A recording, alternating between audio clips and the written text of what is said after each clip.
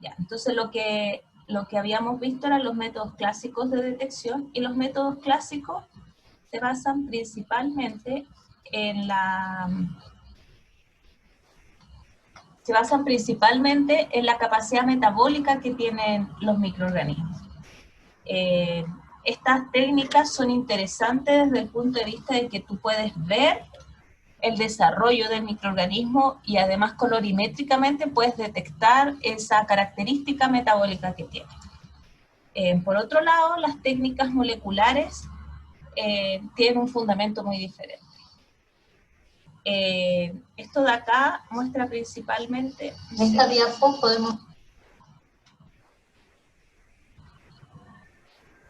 Me desaparece la... Ya, no te veo. Ya. Esta diapo resume principalmente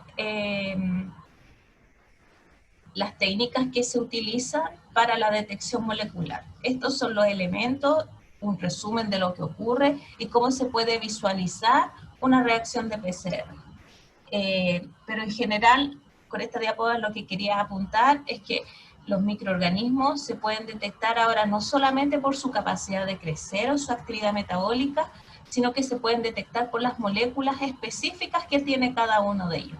Cada microorganismo tiene, así como esas características metabólicas, tiene proteínas específicas y tiene secuencias de DNA específicas, y buscando esa especificidad nosotros podemos detectar.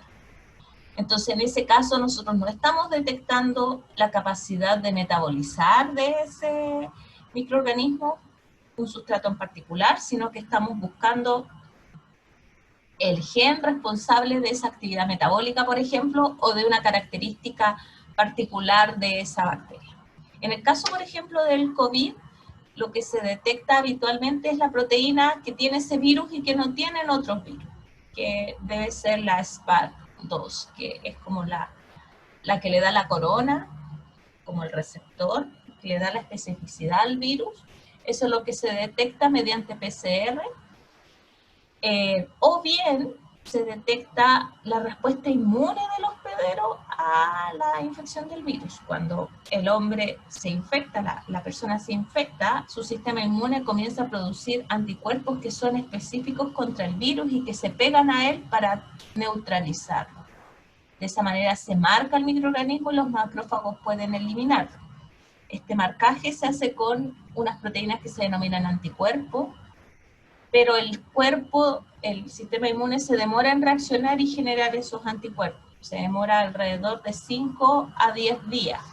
Entonces, en ese periodo nosotros tenemos un montón de sintomatología, alguna de ellas asociada al daño del virus, como por ejemplo la tos o la dificultad respiratoria, y otra asociada a la producción de anticuerpos, como por ejemplo la fiebre. Es un indicio que da nuestro cuerpo de que está, de que en realidad baje un poco el ritmo porque está ocupado ocupando toda su energía en producir anticuerpos, ¿ya? Entonces, quiero poner presentación. Profe, ¿y cuál es el mecanismo de los test rápidos? Los test rápidos, que se denominan test rápidos en realidad no te veo. En los test rápidos que se hacen para el COVID se refieren principalmente a la detección de anticuerpos.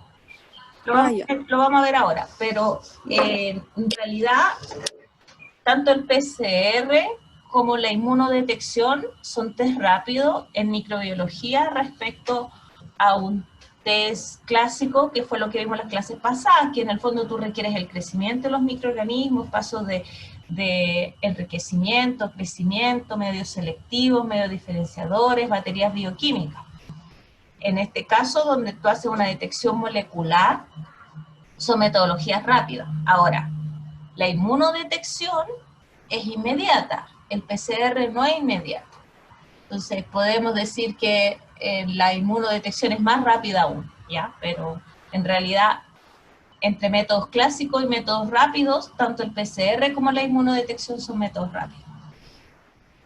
Entonces, en las pruebas bioquímicas o en los métodos que vimos antes, podemos saber que estas pruebas se fundamentan en demostrar si el microorganismo es capaz de fermentar azúcares, la presencia de enzimas específicas asociadas al metabolismo, la degradación de compuestos o la producción de compuestos coloreados, ya sea por una disminución del pH, etc. En el fondo son reflejos de la actividad metabólica.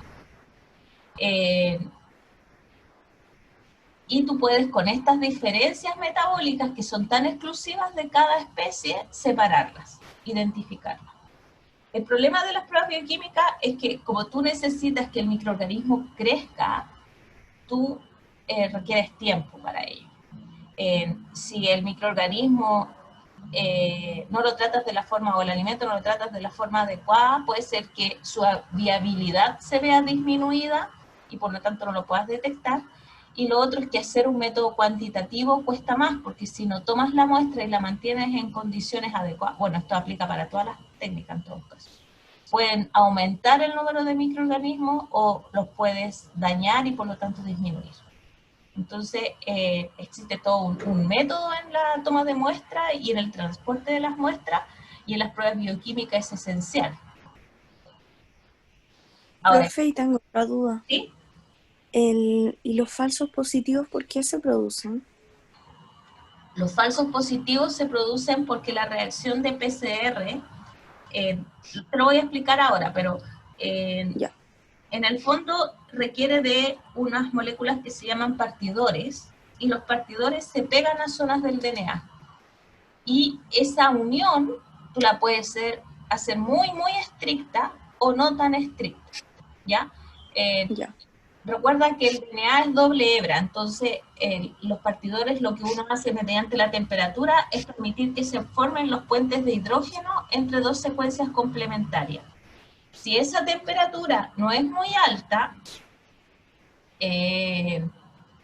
lo que estás permitiendo es que algunas zonas se peguen y otras no, y por lo tanto, en el solo momento en que se forma esta doble hebra, la DNA polimerasa comienza a formar una doble hebra y por lo tanto hay una amplificación. Cuando veamos en detalle cómo funciona el qPCR, lo podemos ver. Esto es parte de la investigación que se debe hacer en la puesta en marcha de un método de detección. Siempre hay un límite de detección, que en el fondo el mínimo número de microorganismos que es capaz de detectar, una cierta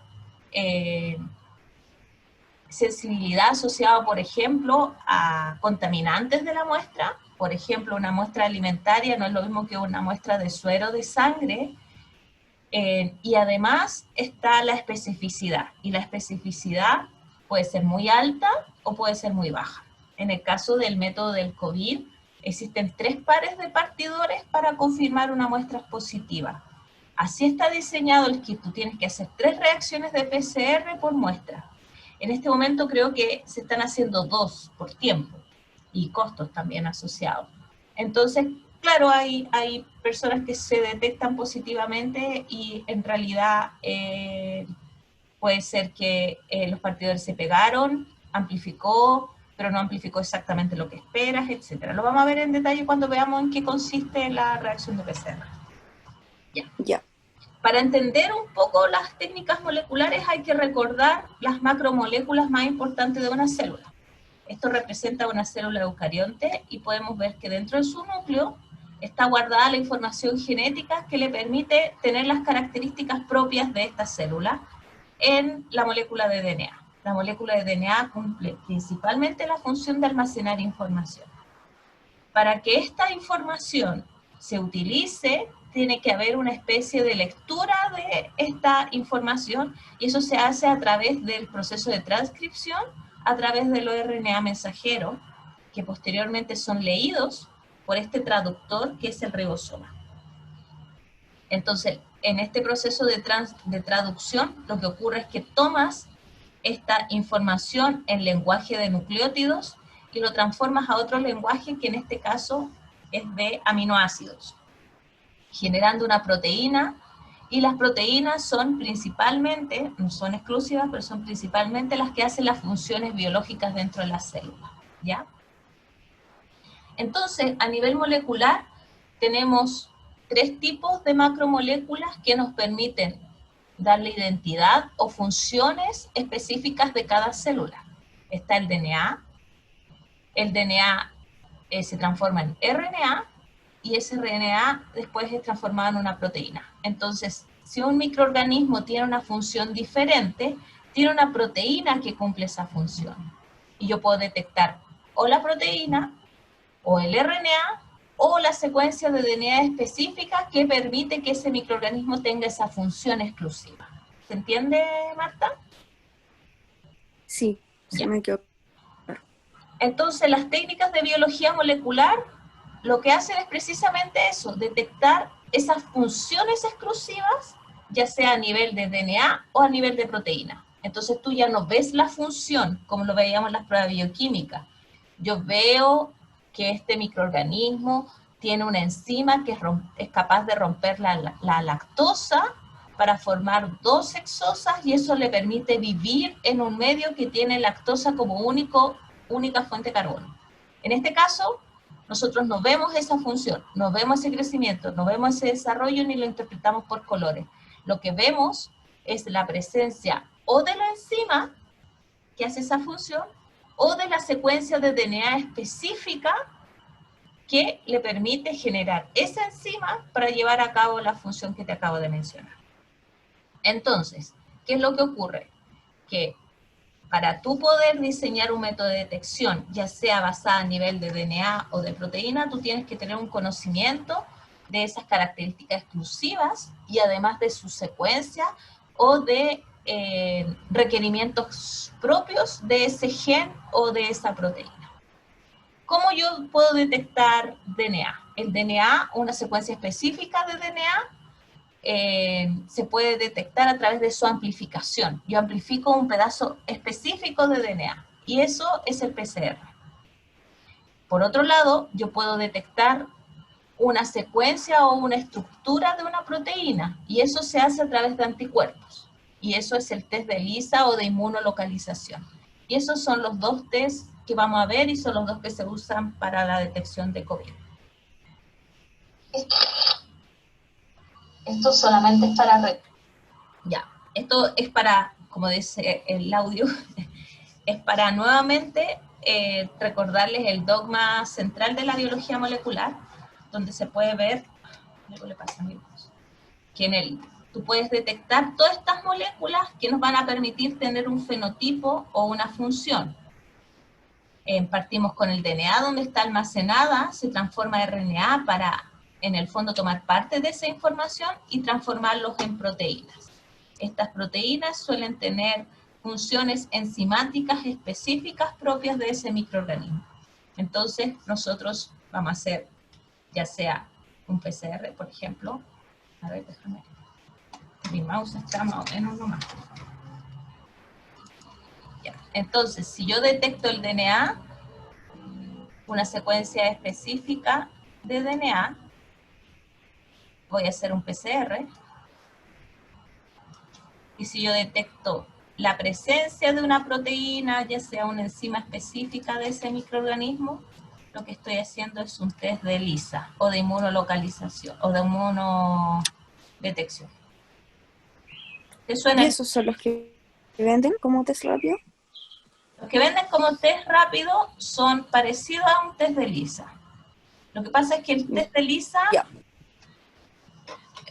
¿Has escuchado hablar del test de ELISA, cierto? ¿Te has hecho alguna vez? Sí, lo habíamos visto en otros ramos. Y el test de ELISA se llama ELISA por sus iniciales en inglés, y a lo que se refiere es la detección de o de proteínas específicas que están en una muestra, o de anticuerpos específicos que reaccionan ante una proteína. Las respuestas inmunes suelen ser muy específicas, pero cuando uno tiene una infección, cuando el cuerpo tiene una infección, se suelen producir muchos anticuerpos diferentes, sobre todo al principio, que no son tan específicos, y después comienza a aumentar la especificidad. No sé si lo que te estoy diciendo aporta, pero vamos a ir viendo despacito.